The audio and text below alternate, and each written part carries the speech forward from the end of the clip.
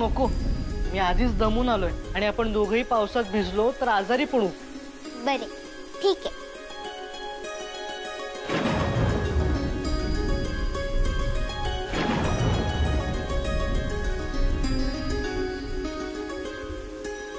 अहो, तुम्हाला एक सांगू, हे सारे पाहत राहिले ना की मन वेगळ्याच जगात जाते. असे वाटते की आपण माणसे हे सारे वैभव सोडून कुठल्या तरी क्षुद्र जगात बुडालेलो असतो. हेवे दावे, राग रुसवे, भांडण तंटे, हे तुझे हे माझे, यातच आयुष्याचा अनमोल वेळ वाया दौडीत असतो. घरापासून दूर गेलो तेव्हा लक्षात आले की परमेश्वराने ही दृष्टी दिली आहे निसर्गाचे वैभव पाहण्यासाठी. ही दृष्टी सापडणे महत्वाचं. आता या घराच्या खिडकीतून, अंगणातून सुद्धा निसर्गाचे नयनरम्य सोहळे पाहू शकतो. कोणताही त्रास विसरू शकतो. मनात आले की आनंदात बुडून जाऊ शकतो. तुमचे बोलणे ऐकून मला काय वाटते ते सांगू? हो. हरवलेले काहीतरी तुम्हाला गवसले. पुण्याला जाऊन मनाजोगते नवमतवादी काम करता येत नाही. इथेही कोंडी होते. एकसारखे विचारांच्या भुयारात जाऊन बसावे लागते. ती सारी तगमग नाहीशी करायचे एक वेगळे साधन तुम्हाला सापडले आहे. बरोबर, अगदी बरोबर. काहीतरी गवसले आहे हे खरे. आणि ते कधीही न हरवणारे हे विशेष. हो, ते हरवणारही नाही आणि कोणी हिरावूनही घेऊ शकणार नाही. फार बरे वाटते आज तुमच्याकडे बघून. अहो, पण मला एक सांगा, आता त्या चोराला पकडायचे कसे?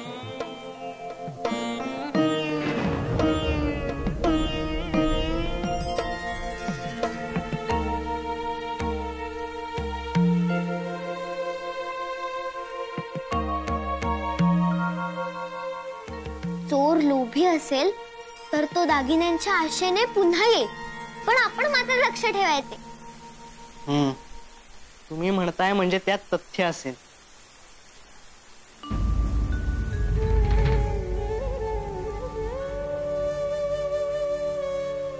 काय झाले? नाही, काय नाही. नाही कसे? काहीतरी त्रास देते आहे तुमच्या मनाला. मला नाही का सांगणार?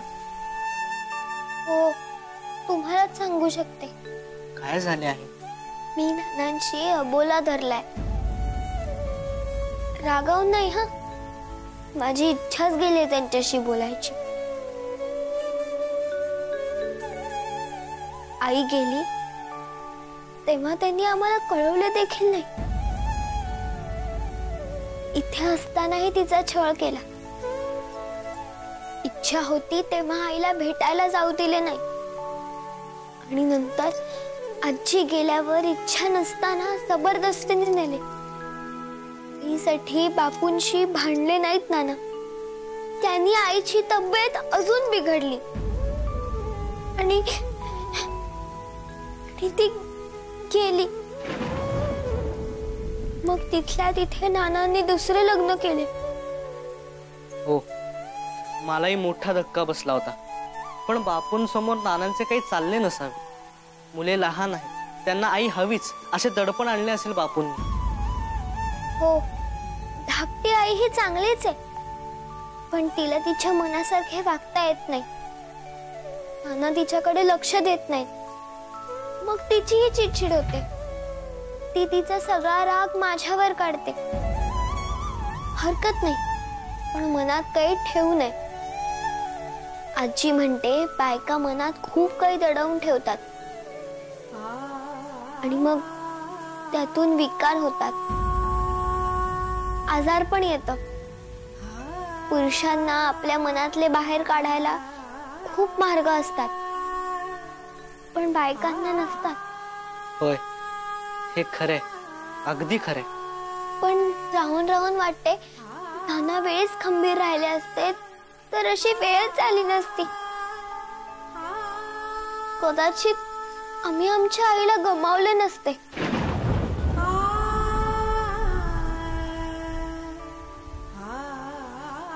मला नानांशी बोलावेसेच वाटत नाही. मी चुकीचे करत नाहीये ना?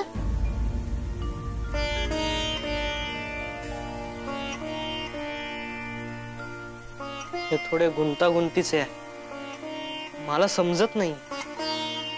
तुम्ही माझ्या आईशी बोला, ती चांगले सांगेल तुम्हाला. तुमच्या रुक्मिणी आजी इथे असते या तर तुम्ही त्यांच्याशीच बोलला असतात ना. का येत नाही येत त्या पुण्याहून? नाना मागे त्यांना घ्यायला गेले होते, पण मोठी आजी म्हणाली की नर्मदा आत्याचे शिक्षण सुरू आहे, ती असे मध्येच नाही येऊ शकत. पण मोठी आजी येणार आहे, मी तिची वाट बघतेय. मला नाना, धाकटी आई, मुले साऱ्यांना आनंदी पाहिजे. मला एक सांगू? हो बोला ना. खूप मोठ्या झाला आहात तुम्ही.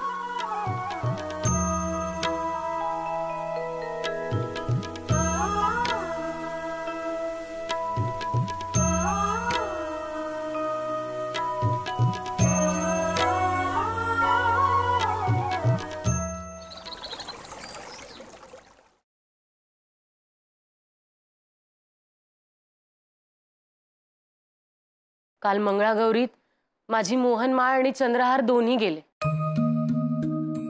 माझ्या आजीने केले होते मला ते दागिने. मी माझ्या आजीची भारी लाडकी. ती माहितीये मला काय म्हणायची? तू माझी चंद्रकोर आहेस म्हणून तुला हा चंद्रहार. चंद्राला ग्रहणच लागले इकडे आल्यानंतर. अवघे आयुष्य म्हणजे न संपणारा जुलमाचा रामराम झाले. असो, आलिया भोगासी असावे सादर. आता चंद्रहार नाहीये ना, तर हा हार घालते. माझ्या काकूने केला होता माझ्यासाठी. ती पण आपल्या कावेरी काकूंसारखी होती, अखंड हसणारी. ती काय म्हणायची माहितीये? संसार कसा आंबट गोड असायला हवा, तरच त्याची मौज. हा हार बघितला की काकूची खूप आठवण येते मला.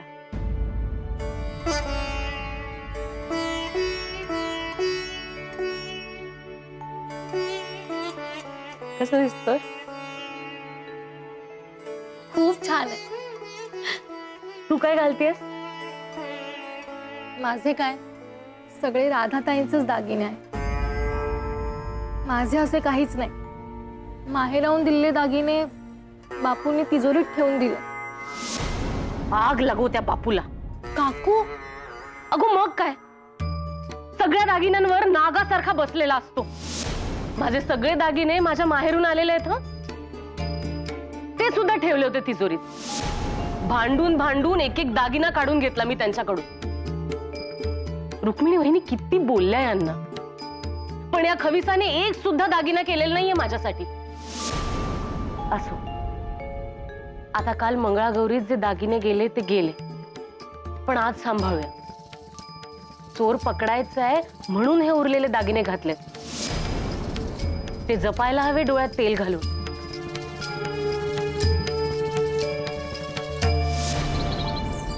आजी, मला एक मोत्याची माळ गळ्यात घालून दे. हो तर ये बाई अशी ये. हा यशोदे, बाकी तुझी ही युक्ती मला खूप आवडली हो. म्हणजे रडत न बसता असलेले दागिने अंगावर घालून कार्यक्रम साजरा करायची. बघ बरं, बघू. हा छान छान बाई बघू. चांगलंय हो, चांगलंय. बघू, बरं दिसतंय. माझी वज्रटीक मात्र गेली हो चोरीला. सासूबाईंनी दिलेली होती मला. बाकीचे दागिने मी सुलोचनेला आणि गोदेला लग्नात दिले होते, पण वज्रटीक मात्र ठेवली होती हो, सासूबाईंची आठवण म्हणून. गळ्यात घालायला घेतली की नेहमी मला त्यांचे बोलणे आठवायचे हो. त्या मला नेहमी म्हणायच्या. काय म्हणायच्या त्या? त्या नेहमी म्हणायच्या, कावेरी आमचा त्र्यंबक की नाही. सासूबाई, अहो तू काल असतेस. मी काय नाव नाही घेत त्याचं. सासूबाई काय म्हणाल्या ते सांगते. त्या म्हणायच्या, कावेरी आमचा त्र्यंबक आहे ना तापट आहे, आरडाओरडा करेल, वेडं वाकडं बोलेल, पण तू मात्र घाबरायचं नाही, घट्ट राहायचं, अभेद्य, अगदी वज्रासारखं, कोलमडून पडायचं नाही. ही आठवण राहावी म्हणून मुद्दाम ही वज्रटीक घालते मी तुझ्या गळ्यात. गेलीये खरी, पण ती वज्रटीक परत मिळवल्याशिवाय मी शांत राहणार नाही. वज्रटीकच ती, हारायची नाही. हा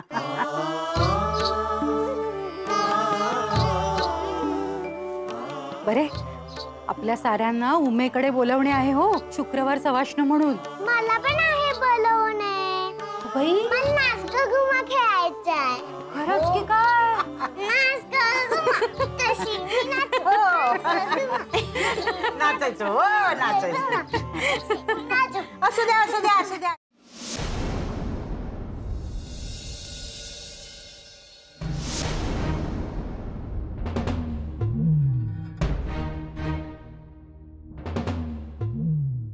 काय ग सुशिले, अजून तयार नाही झालीस? घाल किती दागिने. नको नको, मला भीती वाटते. एवढे किमती दागिने चोरीला गेले तर? अगं, गेलेले दागिने परत मिळवण्यासाठी प्रयत्न करतोय ना आपण. चोराला प्रलोभन म्हणून घालायचे. घाबरू नकोस, चोराला पकडण्यासाठी भरपूर दागिने घालायचे ठरले आहे. तेव्हा कसलाही विचार न करता पटकन ते दागिने घाल आणि लवकर ये.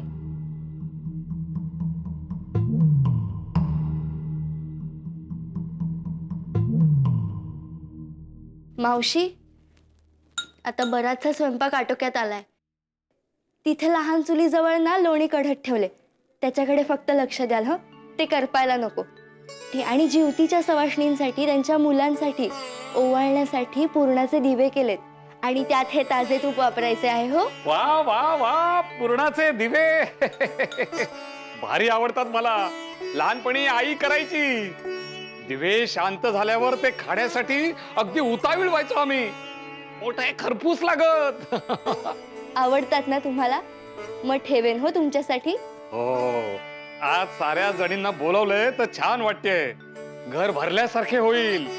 पुरणाचा सुगंध आणि बायकांचे खेळ याशिवाय श्रावण सुरू झाला असे मुळी वाटतच नाही. बरे, माझी काही मदत हवी असेल तर आत्ताच सांग, कारण आज गावातले सगळे पुरुष आम्ही गस्त घालायला जाणार आहोत. आज चोराला पकडायचंच असा चंग बांधलाय आम्ही. पण का हो, एवढं करूनही, काळजी घेऊनही तो चोर आलाच नाही तर? ए, शुभ बोल, शुभ बोल. चोर येणार आज आणि आम्ही पकडणार त्याला. अरे, आमचे दागिने घेऊन पळतो काय? काय मोगलाई लागले काय? चोर येऊ दे असं आम्ही देवाला नवस बोलून आलोय.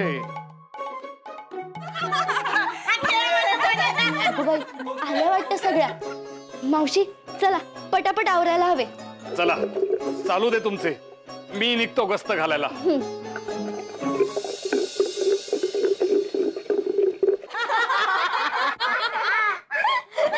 मी म्हणते ते बरोबर आहे का नाही?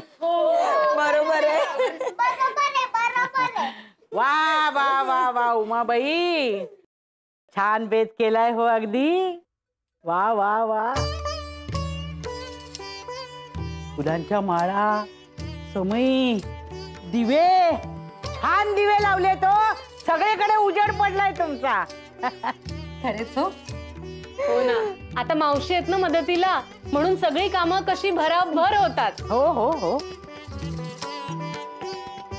हो तर मी विचार केला, बायकांचे औक्षण आणि ओटी भरण्याचे कार्यक्रम करून घ्यावे, मग जरा खेळ खेळावे देवी समोर.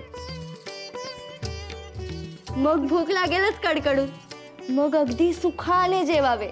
बरोबर बरोबर आहे, बरोबर आहे. म्हणून तर सारा स्वयंपाक उरकून मी तयार होऊन बसले. बघू बाई, खरी की काय? ते बरीच चांगले केले हो. मंगळागौरीच्या कार्यक्रमात तुला आकडी आल्यामुळे तुझी खेळण्याची हौस काही फिटली नव्हती. आज आपण खूप खेळूया. हा, हो हो, आधी सरबत घ्या, ताज्या तवाण्या व्हा, मग खेळूया. हो हो हो, वा म्हणजे काय, सरबत घेतलेच पाहिजे. वा, सुरेख, सुंदर आहे हो, अगदी चविष्ट आहे. कसले आहे ग? अगं नाही, वाड्याचे आहे ते कळले हो. वेलची वगैरे घातली आहे, गंमत केली ग. सासूबाई, श्रावण अगदी सार्थकी लागणार म्हणायचे. हो हो गो, बायकांसाठी श्रावण म्हणजे पर्वणीच असते. बाकीच्या सणांचे कसे माहितीये का, फक्त राबायचे. दिवाळी म्हणू नको, गणपती म्हणू नको, त्या गणपती समोर घटकाभर हात जोडून बसायची सुद्धा फुरसत नसते बायकांना. पण श्रावणाचे तसे नाही हो. हा महिना बायकांचे कोण पुरवतो. अगदी हो अगदी खरे. हो बघा ना, म्हणजे श्रावणी सोमवार पासूनच सुरुवात होते बर का. सोमवारी शिवामूठ व्हायची म्हणून शंकराच्या देवळात जाणे होते. बर, सोमवारी कसे सगळ्यांचाच उपवास, त्यामुळे स्वयंपाकाचा ताण नाही. मंगळवारी हमखास कुणाच्या तरी घरी मंगळागौर असते. हो, त्या दिवशी पत्री फुले गोळा करण्यासाठी छान भटकंती होते आणि मग रात्री खेळ आणि भाजणीच्या वड्यांची चंगळ. होय बाई. तशी जिभेची चंगळ चांगलीच असते श्रावणात. हो, शुक्रवारी पुरण घातले जाते, नागपंचमीला दिंड, आणि सोमवार आणि शनिवार उपवासाचे पदार्थ, आणि एरवी खास पावसाळी भाज्यांची लयलूट. हो बाई, ह्या दिवसात मला भारंगीची परतलेली भाजी फार म्हणजे फार आवडते. त्यावर वरून असे खोबरे पेरलेले, आहा. तर तब्येतीला चांगले असते हो, रक्त वाढते त्यानी. पण खरे सांगू का, तीच कशाला, श्रावणातल्या सगळ्याच भाज्या उपयोगी असतात. निसर्गाने मुळी दिलंच आहे सारे. आणि आपल्या पूर्वजांनी सणावाराच्या निमित्तानं योग्य खाणे पिणे योजले आहे काय. तुला सांगते सुशिले, तू सुद्धा भारंगीची भाजी खा हो, तब्येतीला चांगली असते. हे बघा, या असं पाप्याचं पितर आहे. फुंकर मारली की उडून जाईल. तुला सारखे पडसे होते ना, नाक गळत राहते, त्याकरता कुरडईची भाजी खा, तब्येतीला चांगली असते हो. सासूबाई, काहीतरीच काय. बरं का उमे, ती खाल्ली जावी म्हणूनच आपल्या साऱ्या कहाण्यांमध्ये कुरडईची भाजी केली असा उल्लेख असतो, कळले का. हाय हाय, बरोबर आहे बरोबर आहे. मला बाई शेवग्याच्या पाना फुलांची चिंच गुळाची भाजी फार आवडते. सगळे परतून करतात, पण मला अशीच आवडते. आमच्या ह्यांना वाताचा त्रास होतो ना, त्यामुळे पावसाळा सुरू झाला की रामबाण उपाय म्हणून दर 4 दिवसांनी टाकळ्याची भाजी करते.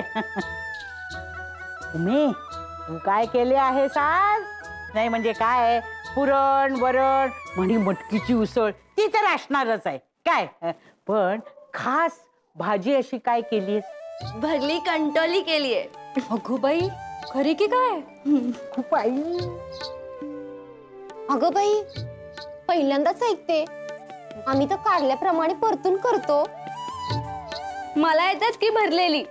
काय करायचे, चण्याचे डाळीचे पीठ थोडे भाजून घ्यायचे, त्यात हळद तिखट मीठ चिंच गुळाचा कोळ ओले खोबरे थोडे ओलसर करून घालायचे, आणि भरल्या वांग्यांसाठी कशी आपण चिरा पाडून वांगी भरतो तशी कंटोळी भरायची, आणि छान तेलात परतवून शिजवायची. अगदी चटकदार लागतात. काय सांगताय काय सुनबाई, येते का तुम्हाला पण? ते सांगू नको. उद्या लगेच कर. हो. आता चला खेळ सुरू करा, नाही तर भाज्याच्या वर्णनानं भूक खवळून उठायची. हो हो हो. आणि मुख्य म्हणजे इथला सगळा कार्यक्रम झाला की देवीच्या देवळात जायचंय ना. हो हो. हो बाई, तिची ओटी भरून प्रार्थना करायची. हो हो. चोर लवकरात लवकर पकडला जाऊ दे. हो हो. चला मग खेळूयात का? हो. काय सखू मावशी, खेळ खेळणार का? सागर मासा सुसू, किकीचं पान बाई की. लाजली लाजली.